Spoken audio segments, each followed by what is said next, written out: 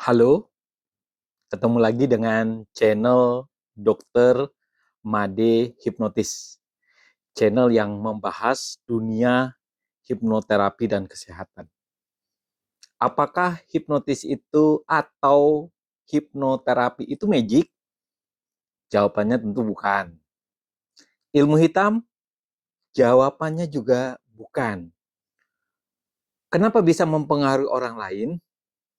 Nah, hari ini kita membahas tentang hipnosis atau hipnoterapi itu. Dia tidak sehebat itu.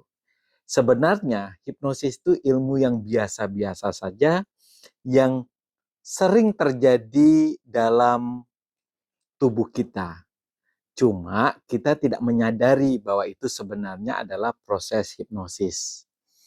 Kalau kita membahas tentang hipnosis, sebenarnya nanti akan dokter kasih ilustrasi ya. Pernah lihat gunung es yang ada di tengah-tengah lautan? Jawabannya tidak pernah. Tapi kalau digambar-gambar pernah ya. Oke. Nah, gunung es yang kita lihat di permukaan itu adalah nampak dari atas di permukaan air. Itu ibaratnya pikiran sadar manusia. Di bagian bawahnya lebih hebat lagi. Itu adalah pikiran bawah sadar manusia. Nah, pikiran ini dia akan mempengaruhi manusia tersebut. Pikiran sadar itu meliputi logika dan analisanya. Jadi nampaknya kecil ya, tapi di bagian bawahnya itu adalah memori masa lalu manusia tersebut. Kemudian perasaan, rasa sedih, rasa senang ya. Kemudian termasuk fobia-fobia itu ada di pikiran bawah sadar manusia tersebut. Pikiran sadar dan bawah sadar inilah yang mempengaruhi seseorang dalam kehidupan sehari-hari. Pernah melihat orang merasa cemas, takut, anxiety? Pernah ya? Bahkan ketika kita melihat orang yang mengalami cemas, muncul keheranan dalam kita. Kok bisa ya cemas gara-gara hal-hal yang sebenarnya tidak nyata? Kok bisa cemas dalam keadaan rame, cemas dalam keadaan banyak orang?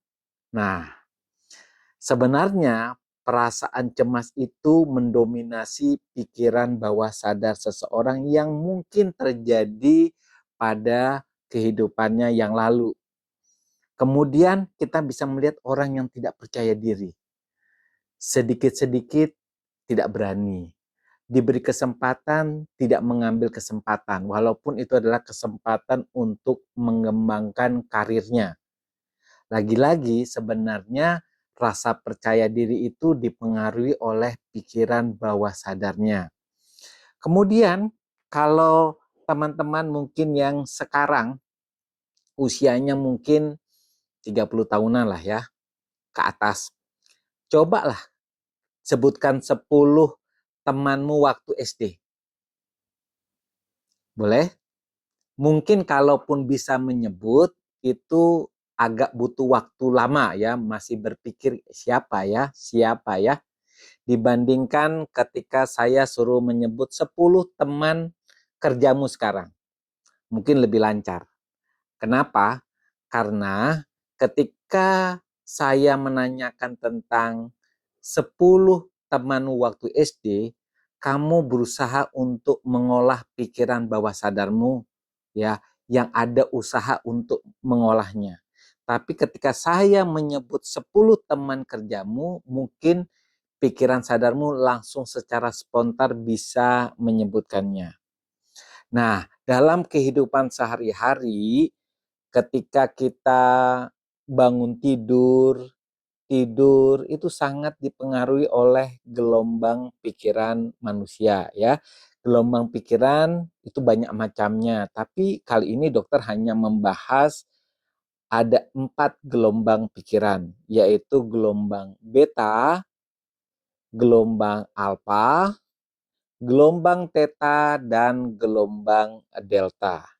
Nah, Kalau kita melakukan pekerjaan yang seperti di kantor, mungkin teman-teman lagi mengajar atau lagi fokus di jalan gitu ya, nyetir, mengemudikan motor gitu ya. Nah, pada waktu itu gelombang pikiran kita didominasi dengan gelombang beta, walaupun tidak ada gelombang yang 100%.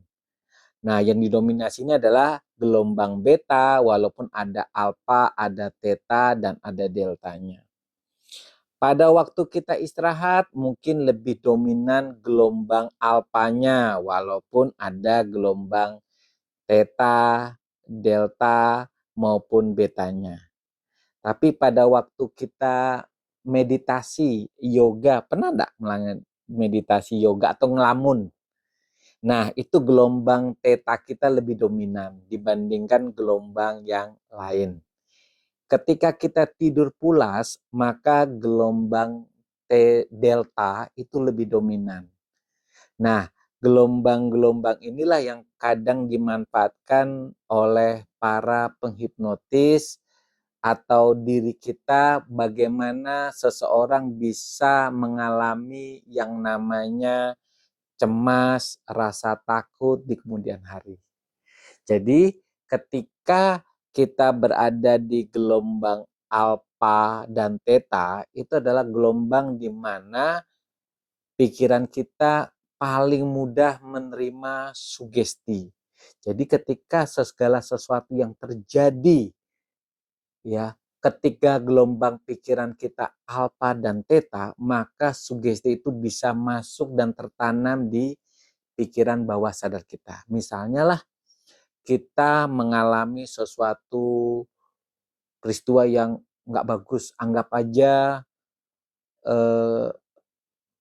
musibah seperti perampokan pada waktu kita sendirian, ya, sendirian di rumah mengalami perampokan, ya, peristiwa itu bisa membuat kita ketakutan. Nah, pada waktu gelombang pikiran kita berada di gelombang alfa dan theta, maka rasa takut itu begitu melekat di pikiran kita sehingga ketika suatu hari kita besar, maka rasa takut sendiri itu akan menimbulkan trauma.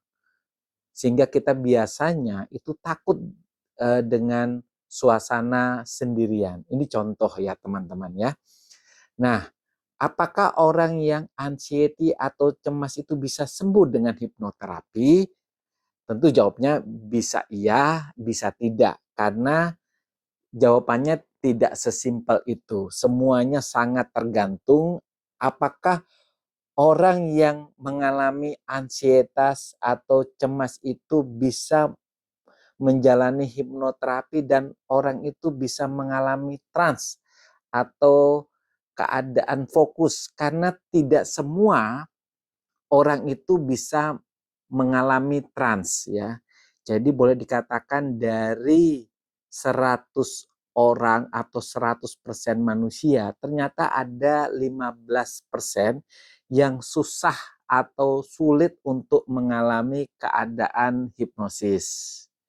Yang kedua, itu tergantung pengalaman jam terbangnya si penghipnotis. Ya, yang ketiga itu tergantung teknik hipnosis yang digunakan atau teknik dari sugesti yang diberikan.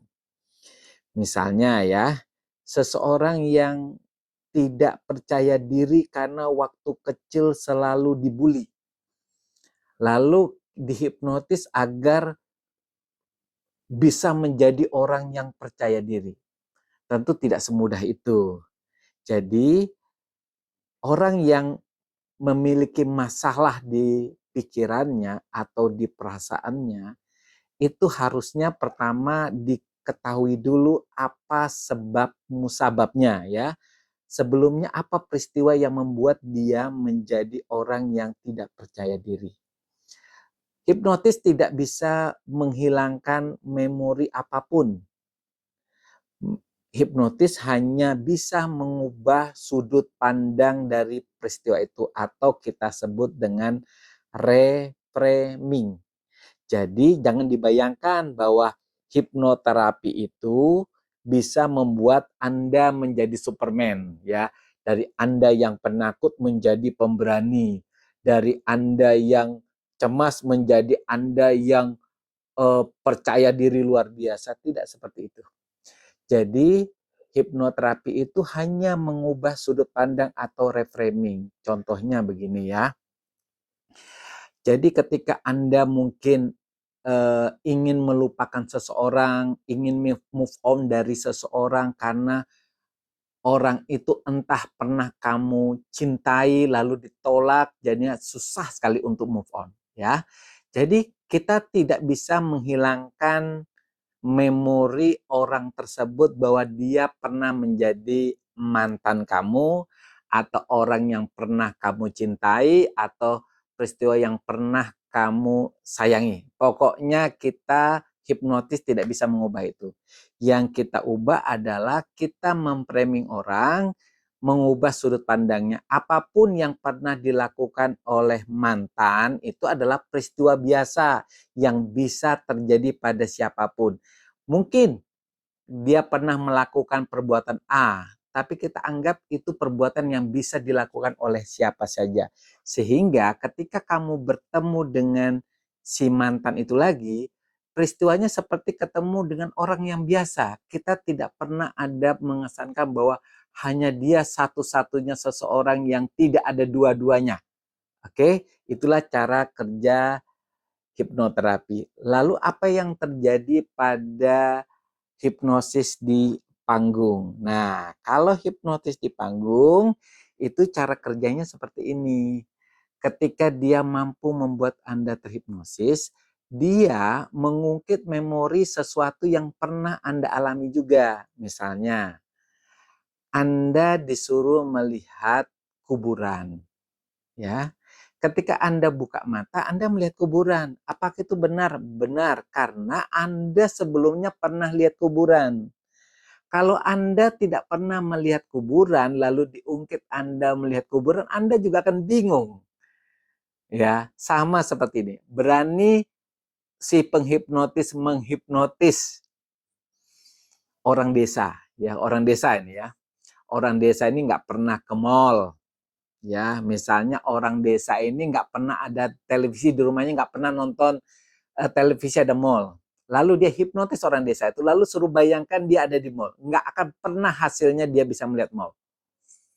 Karena apa? Karena memori tentang mall itu tidak ada di pikiran orang tersebut. Nah, itulah bedanya hipnosis pada panggung dengan hipnoterapi, bedanya di situ, teman-teman. Jadi kalau hipnotis panggung, dia cuma mengangkat memori yang ada di pikiran bawah sadar kita, memori. Misalnya, memori melihat orang buta. Tentu orang pada tahu melihat orang buta. Memori tentang melihat orang kuntilanak. Tentu, walaupun cuma cerita kuntilanak. Mereka pernah dengar. Nah, kalau hipnoterapi, karena masalahnya ada misalnya teman-teman yang fobia terhadap cicak, terhadap misalnya ketinggian, itu ada pasti peristiwa yang membuat teman-teman takut dengan ketinggian atau kecoa atau apa saja. Lalu dihipnotis supaya memori tentang rasa takut itu dikasih hilang, dikasih pengertian yang baru atau kita istilahnya reframing. Oke, teman-teman, luar biasa ya. Jadi teman-teman yang mau belajar hipnosis, mau belajar hipnoterapi, harus tahu dulu apa itu pengertian hipnosis, apa pengertian hipnoterapi, bedanya hipnosis panggung dan hipnoterapi itu apa gitu ya. Apakah ini benar ataukah ini real gitu ya. Supaya dengan pengertian yang sama kita bisa belajar dan bisa memberikan pengertian.